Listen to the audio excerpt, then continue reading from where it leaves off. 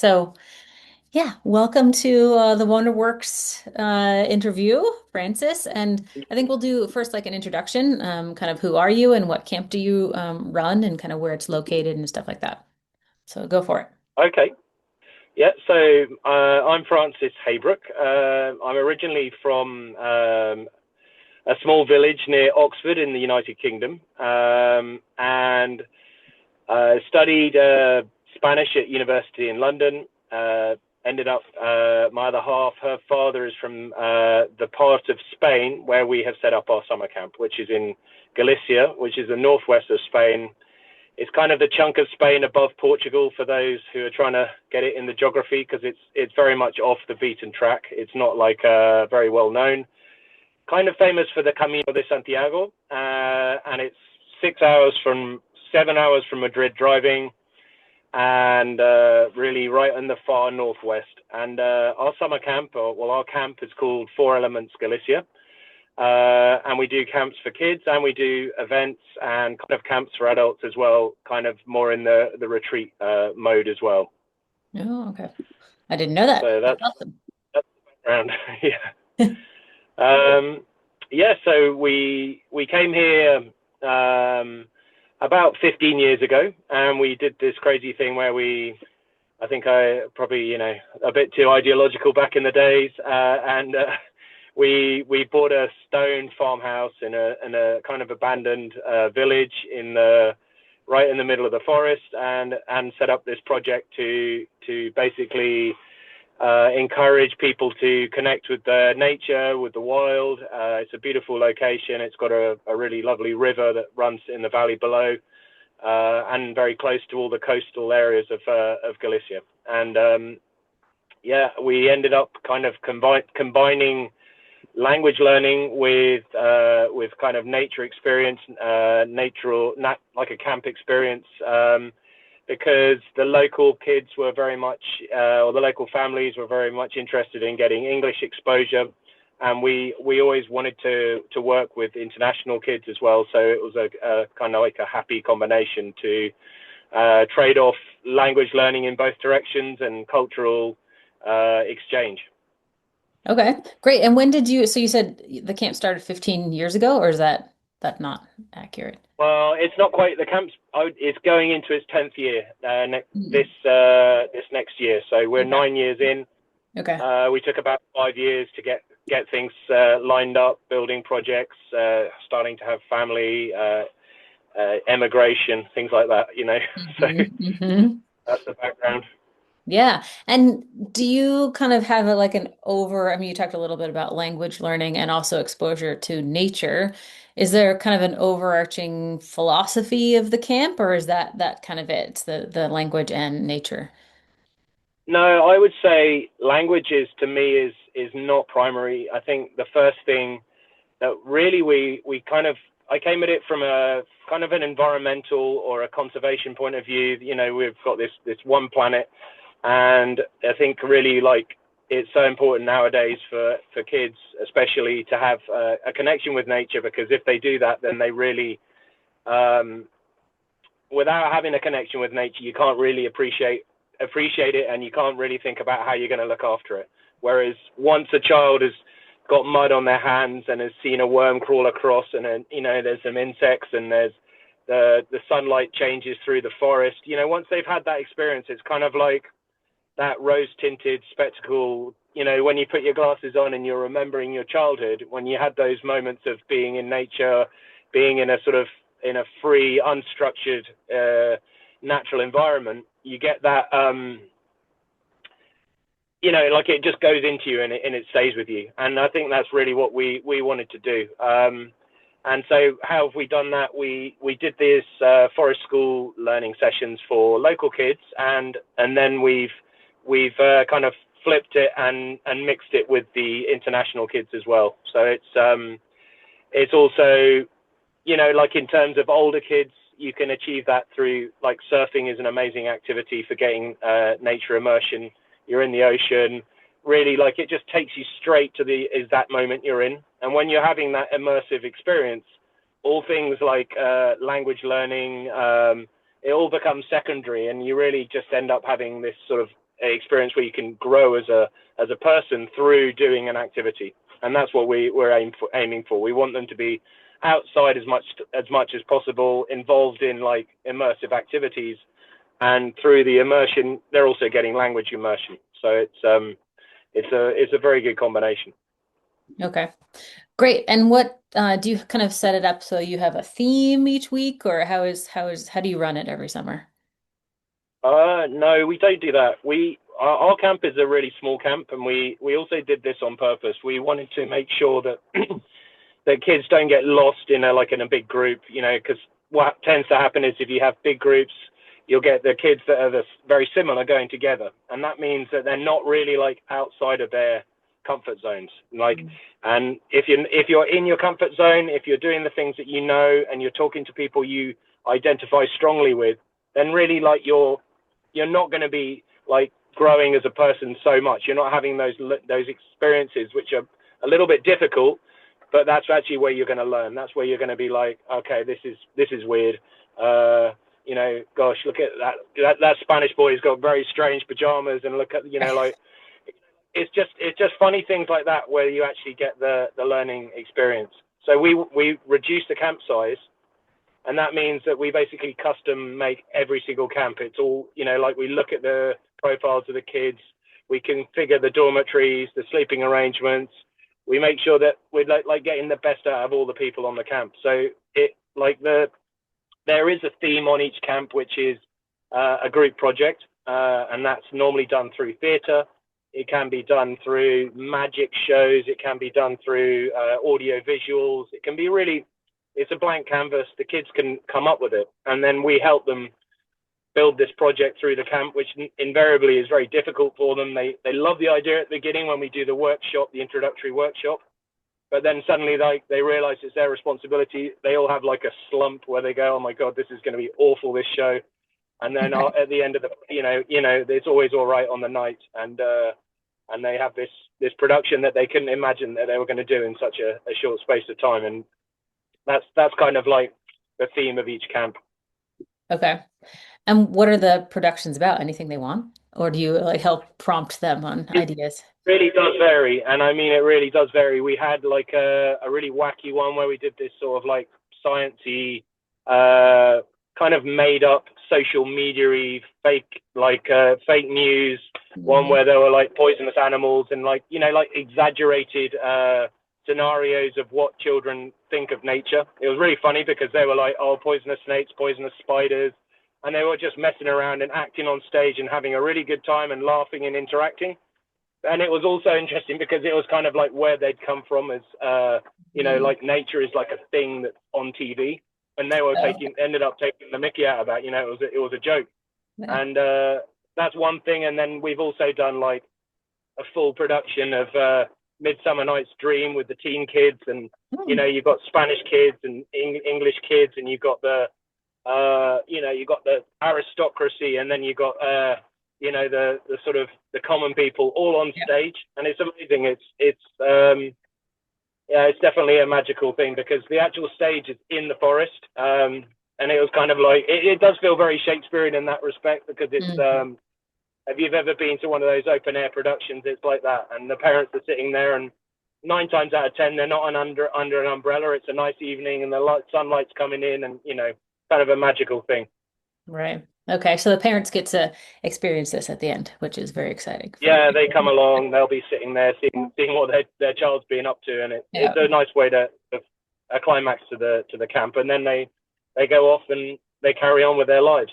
Right. What um what kind of excites you? You said you have, and I'd like to hear about you have campers from around the world, so I don't know, some of the countries that you might get a lot of kids from.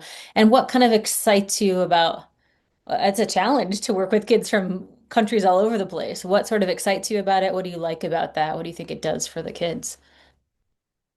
Yeah, I'm just trying to think. Really, I mean, I'm from a kind of an international background myself, so I really identify with that coming together of cultures. I think it's really important that people. It's kind of like I will say that the international kids that come on our camp are more worldly. They've seen more. They've travelled more. but then again, maybe they don't have that much contact with kids that don't, and like they're in their circles, and it's kind of normal to be meeting people from all over the world, from Asia. I mean, we have American kids on camp, and obviously the USA is totally multicultural as a starting point. But then you've got kids on our camp who rarely leave the province, like the province of La Coruña, which is part of Galicia. And so Hmm. you have these. I think really the interesting thing is just like getting the kids to identify with each other, seeing the similarities, learning about the richness of the traditions, because they're amazing.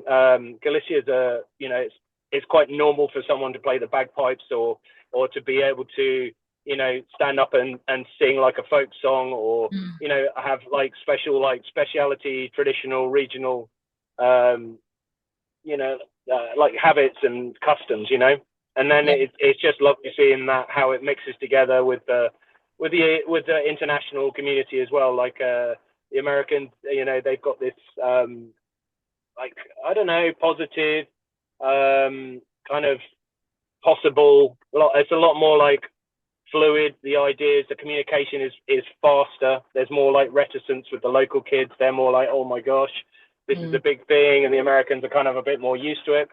Um, but we've also had kids on camp coming from places like Japan, Korea. Those kids, they sometimes don't speak English, they don't speak Spanish, and they're on camp, and you're just like, what can we do? How can we communicate? No one else can communicate with them, but you end up finding the common ground, and that's the really important thing. It's good to have.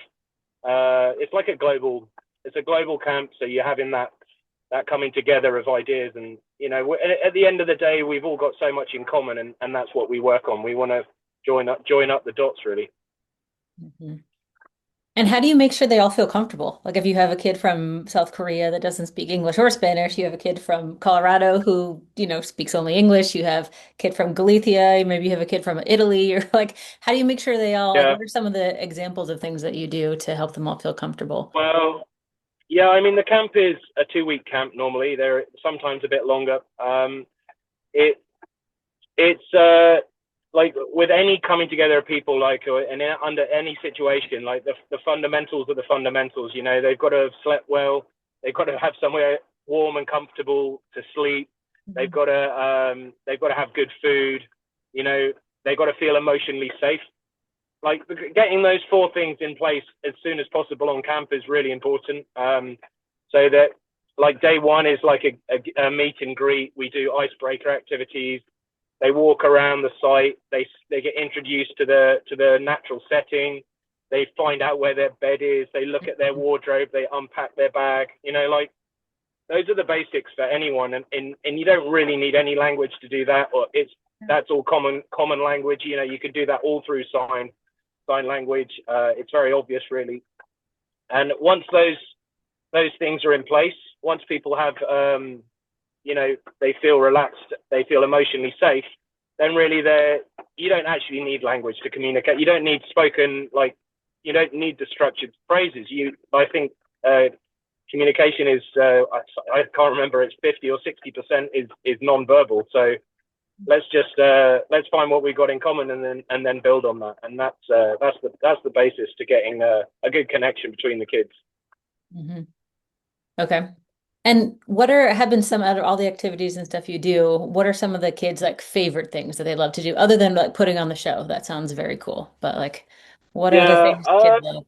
I mean, I think kids always love kind of high octane, active activities, things where they're really like taken into the absolute present moment. I mentioned surf is a really good example of being like involved. You can't really like be worried or concerned about anything else. Like, you are just living the moment when you're surfing, because you're trying to get on the board, or you're Mhm. enjoying the waves, or you're wet. You like, basically you're just wet and enjoying yourself. Yeah. Not everyone likes surf, but so I think those activities are really good, and we do kayaking as well. We also do hiking. Hiking's a bit more progressive, and actually it's a really useful tool, because on our first day it's kind of our icebreaker activity. It tires you out. It's there's no confrontation, because you're just basically moving your body from A to B. I think it's very important to have the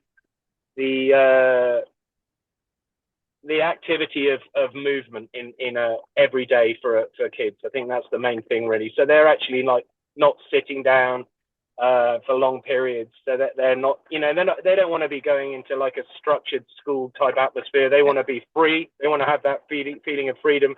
They want free time. Yeah.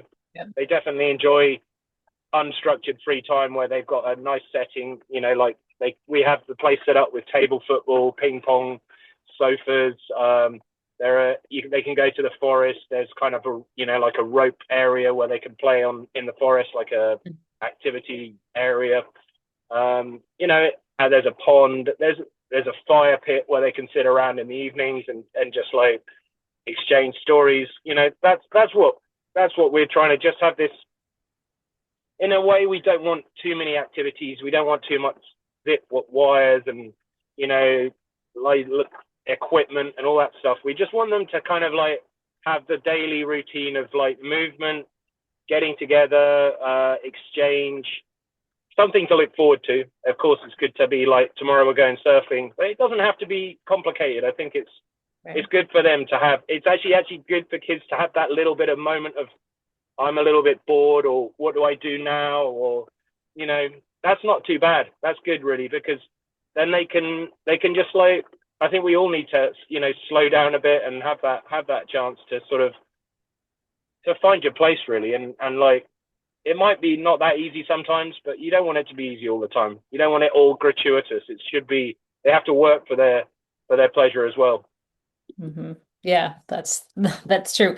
So what do you kind of, if you're talking to a parent that's like, how do I like, do I come stay in the area? Like, what do I do? Is it like I'm nervous about my kid? Like someone's a bit anxious about maybe going to, maybe this is their first international camp. Like, what are some kind of things you would talk to them about and tell them about? Yeah. So it's true. Like parents, when they send their kids on camp, they're kind of also going on camp themselves. Quite Right. often, it's the first time very often it's the first time they've been to Galicia. Hmm. We prepared a parents pack because we just keep getting asked the same questions, and basically we've been living in this area for, as I say, for about 15 years, and so we've got our networks. We know the nice places to go. We recommend that the parents kind of do what the kids do. There's Hmm. some amazing walking to be had. Like there's a Camino de Santiago, which is the famous Way of St James. That's a great activity. It's a long range hike, so not necessarily what people have time for, but we do recommend that parents have a bit of time on the ground. They spend some time walking along there's a coastal path which is amazing as well. Get you visiting empty beaches, especially if they're coming off a plane or they're coming from a busy like business background. They need to unwind, disconnect as well. And then we just recommend good places to stay, good places to eat, nice things to do. And we kind of like help the parents settling as well. And that's quite often they'll come a few days early, have a couple of days with the kids. The kids Hmm. kind of get to feel the place. And then, the parents might be in the area for a few days or a week. And then they might go off and explore a little bit further afield, like some go to Italy or go to Madrid or Barcelona. Hmm. It's kind of up to them. And obviously, some families have to work as well, and they're looking for places with good Wi-Fi, and that's all possible. It's just a matter of getting a little bit organized, and we've anticipated that, and we have that information ready for them. Yeah, that's amazing. That's a big question that I get asked all the time as well. Like, do I stay Yeah. there? Like, what do I do? So that's awesome. Okay, so any kind of like f I know you have to leave in a few minutes, so kind of like final words or thoughts for parents. I mean, again, I think I've told you this. I like hand pick these camps. I found you guys and love that area of Yeah. Spain, and it's so amazing. And I kind of just want to help elevate what you guys are doing. So like, I don't know, any kind of last words in these last 4 minutes, feel free. And again, I'll edit this all out. So if not, then that's fine. No, I kind of feel like I think I've covered like how our camp works. I think, yeah, I mean, we have kids coming back year after year. We've had some families coming, like there's one coming back for I think the fourth year, and they're like the oldest one is like 15 now, and the youngest one is 11. So it's they go away. It's a transformative experience, and like I think we just, we're really pleased with the kind of like the magic that we managed to organize on the camp. And I do think it's to do with the size. I think we're a kind of like a very like curated. I think we're careful not to like compromise things that really matter, So it's important that kids have that connection. It's important that they feel safe. It's important that um, they find themselves on camp. I think that's the most important thing, and they do that through finding other kids and making those connections, and then it's kind of like a jigsaw puzzle. Yeah. So that's what we try to put the puzzle together. We ask for the families to help. We're kind of like specific about the information that the families provide beforehand. That really helps. And then we want to kind of like it's a journey through the year as they plan their travel. We help them with what they need to pack. We help the families find places to stay. Like it's very important to keep talking throughout the thing and the whole process before camp and even after camp. Yeah. Amazing. Oh, good. Well, I will let you go. I know you have to leave, but thank you so There's much. one Really more thing, appreciate it. Oh, actually. yeah. Yeah. So we also have this year we've introduced a pre-camp language program, Hmm. which is useful for kids who like it's quite often we're getting families coming from dual immersion backgrounds, coming with like specific language learning goals, and kind of we're not like as I say not really a language camp in terms of we don't have sit down classes and we're not aiming for like exam level production, but we do we encourage like immersive learning. So that's exchange learning, that's conversational, it's building on what they have, and we do that by like offering like a pack of like online classes beforehand with our teachers who are then going to be on the camp. And that really is just a really good way of leading them into camp. It like sets them up. They know who they're going to be meeting. They can talk about things related to the area. They can cover their school subjects as well. So it's quite a good complement that we've just brought in. And I think it's something that's useful for families because it is one of the main things. We do get asked for language, and so we've worked out our best way of providing language how we can do it best. Okay, so you give this is like a Zoom call or is it like a pre-recorded stuff or Yeah, what? it's online. It's we sell it in sessions of 10 or 20 sessions, so you can do Okay. like we've got some kids that I think they're halfway through their 20 sessions roughly by now, and they'll Okay. be finishing up not long before camp, a few weeks before, and then it's just a matter of getting packed and getting ready, and I'm sure they'll hit the ground running. These girls, Yeah. it'll be good to see them how they get on. Yeah. Okay, cool. That's good to know. Awesome. Well, thanks again. Really appreciate it. Good luck, Thanks, and Christy. hopefully I'll meet you in person someday. All Yeah, many thanks. right. See ya. Bye. Okay, Bye. bye.